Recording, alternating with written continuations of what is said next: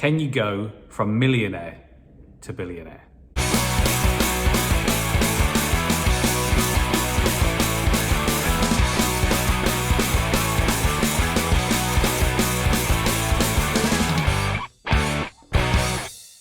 Now, one of the biggest hurdles, one of the biggest targets, one of the biggest goals anyone will ever set themselves is to become a millionaire, a multi-millionaire. But does Holden the millionaire status, achieving £1 million, have as much weight to it today as is 10, 15, 20 years ago? And it was this question that got me thinking to broader terms about what is a millionaire today versus a few years ago. What is the equivalent to being a millionaire in the 80s and 90s in today's money? And that grand old question, is it possible to go from a millionaire to a billionaire, and how might you do it? So let's straight away get into what is a millionaire in today's money. Now, I don't think becoming a millionaire today actually holds anywhere near the weight it once did.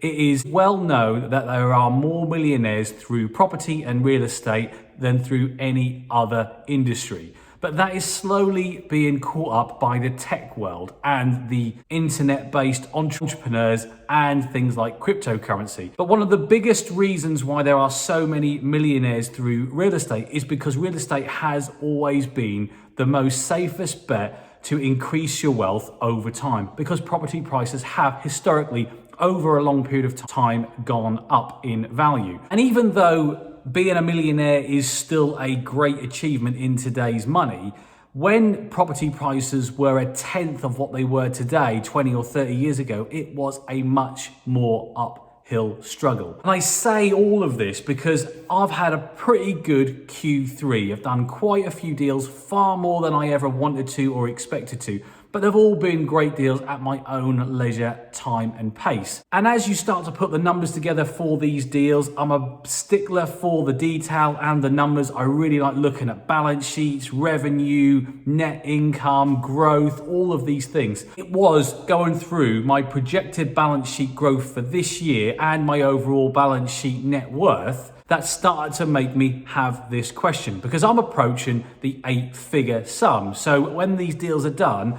I'll be into that bracket, which I am really, really happy about. And I guess that then sort of led me to think, well, how much is £1 million really worth in today's money? And I think the honest answer is, if we're all being brutally honest, not a lot. Becoming a millionaire is pretty easy these days, especially if you own real estate. And I do think when you get into the 8-figure plus sum, that is definitely the old millionaire status in today's money. But there are more billionaires being created every single day than any other time in history. And it is to do with the value of the pound and the dollar all increasing and rippling across things like real estate. But how do you make that jump from being worth a few million quid, 10 million, 50 million, 100 million, to becoming a billionaire? Now, I think, and this is in the simplest terms possible, this isn't analysing individual billionaires, this is literally just my opinion based on my own thought process.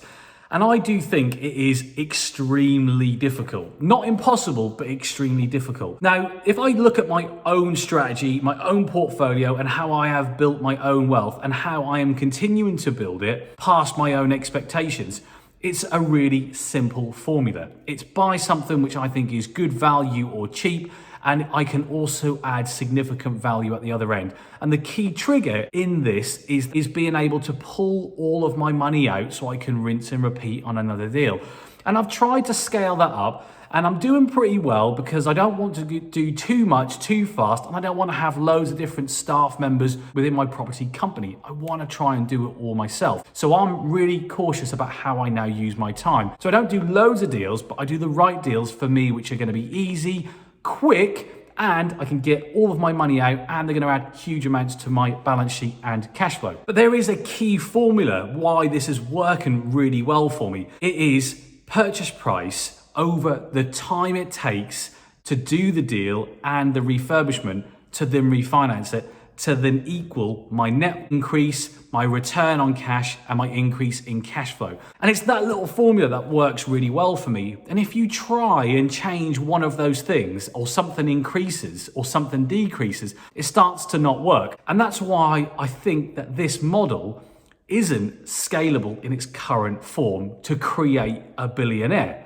I'll give you an example. Buying deals with no investors at under 500,000 is quite straightforward. But buying 500,000 properties at a time, it's gonna take a hell of a long time to buy even £1 billion worth of real estate, let alone creating £1 billion worth of net worth. Let's say I even push this up to £1 million properties, and I was able to somehow buy 100 of these good enough deals every single year. It's still gonna take me about 10 years to buy £1 billion worth of real estate. Now, I know my formula is to inject money, split the title, refurbish them, convert them, and create more dwellings and a bigger GDV. So let's say I was able to do that and pretty much double the £1 million to £2 million on every single deal. I could then maybe shorten it to 5 years, but that is still a massive, massive push.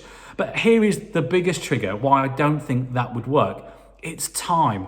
I am in and out of these deals within weeks, not months, and definitely not years. When you start to move up to larger value properties in my local geographical location, it starts to mean more complex projects, longer, bigger builds, longer conversion times.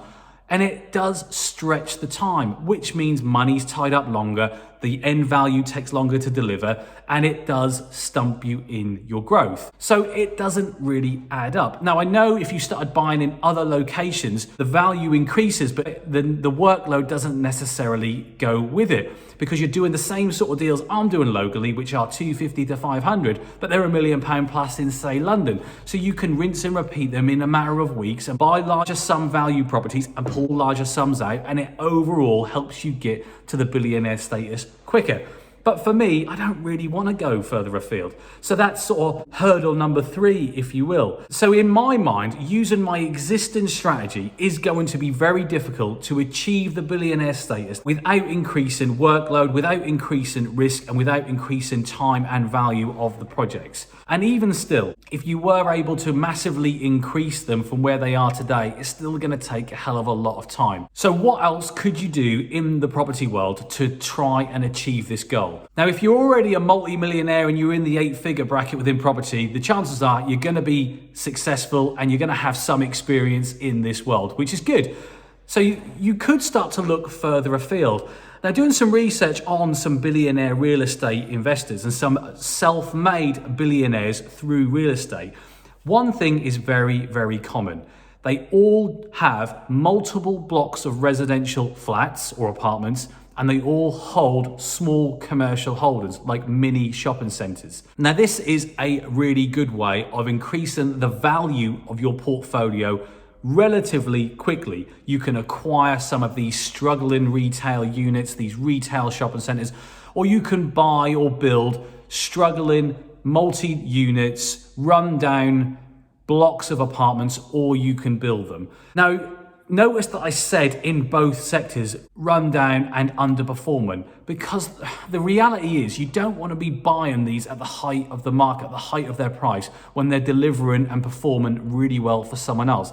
Because you're not going to get a good deal, and you're definitely not going to be able to increase your net balance sheet, which is what this is all about. Becoming a billionaire isn't owning £1 billion worth of real estate. It's having a net worth of £1 billion. And you're not going to do that by just buying properties willy-nilly. And there are some really good examples of that, even locally.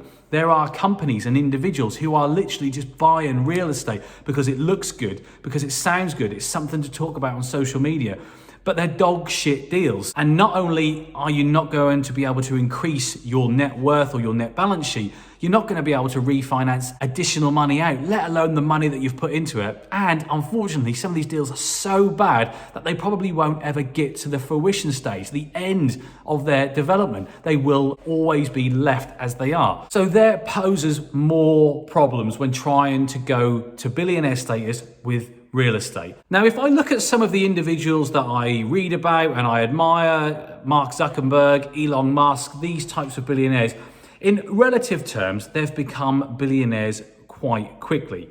And it isn't easy, I'm not suggesting that for 1 second, but they definitely have entered into a niche, which is delivering something to the masses which solves a problem we kind of didn't know we had. I watched an interview with Elon Musk just this week, and he was talking about the first Tesla cars. No one wanted an electric car. It was kind of, why would I have an electric car when I've got a perfectly good, much more reliable, much more longer distance petrol or diesel running car? But fast forward 10, 12, 15 years on, there is no doubt that Tesla and the electric car is going to be the thing of the future. And if you go back 100, 150, 200 years ago, when people were literally lighting their homes in the evenings using the byproduct of gasoline, and people like Emerson and Tesla were talking about an electric light bulb, people didn't really want it. It wasn't solving a new problem, it was just solving it in a different way, which was going against the grain. Fast forward, it just seems crazy that we even considered not adapting this technology. Now, I'm not a tech whiz, and I'm definitely not a business entrepreneur who can claim to achieve these sorts of results. But I do think to become a billionaire, you do need to find a product, a service, a platform which is scalable to the masses. I do think it's very, very difficult to achieve it through property. How I'm doing it, at least. For all of the Zuckerbergs and Musks out there, there are thousands who have tried and tested and failed at this. So it's far more risky. If you are like me and you're a little bit risk averse and you kind of want to just stick to your guns and stick to what you're doing with property. Now, I do think that you can achieve 50, 100 millionaire status by just doing these really simple things and following this really simple formula. And as your portfolio grows and the numbers of units increases and the value increases, you may want to diversify. So you're buying bigger units but doing less work. But that doesn't always necessarily come hand in hand. And you may not never achieve the billionaire status, but you definitely will be able to achieve a billionaire lifestyle. When you are liquid to 15 to 50 million, that's pretty much a similar liquidity to the typical billionaire, because most of their wealth is tied up in assets. So it's not to say that you can't enjoy a really great lifestyle similar to that of a billionaire. And I do think following the simple formula that I've mentioned several times, but tweaking it slightly based on your own geographical location, your own opportunities within your own market, and scaling up but not losing sight of why the formula works so well, you can achieve this. And when you move into the 8-figure bracket, the next big hurdle is the 9-figure bracket. And if you've ever watched Wall Street from the 80s, where Gordon Gekko says, be a real player, 50 to 100 million net worth in the 80s, that does really translate to billionaire status in today's money. But there is no denying it that if you can achieve 8 to 9 figures, you are definitely achieving most than the majority, and you are creating a legacy and a lifestyle that you should be extremely proud of. So I think in closing, unfortunately, I don't have the winning formula or the secret to becoming a billionaire from a millionaire status. It's not impossible. I think it's very, very difficult. But look, anything worth achieving is always going to be difficult.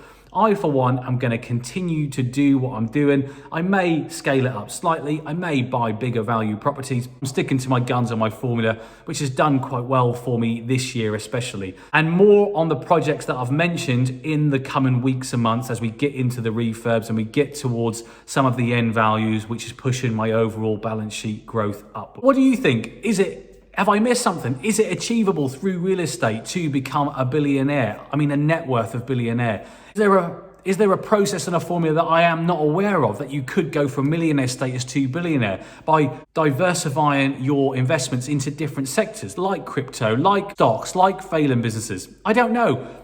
I'd love to hear from you, so do leave me some comments below. But I will just finish that being a billionaire is not the same as buying £1 billion worth of real estate.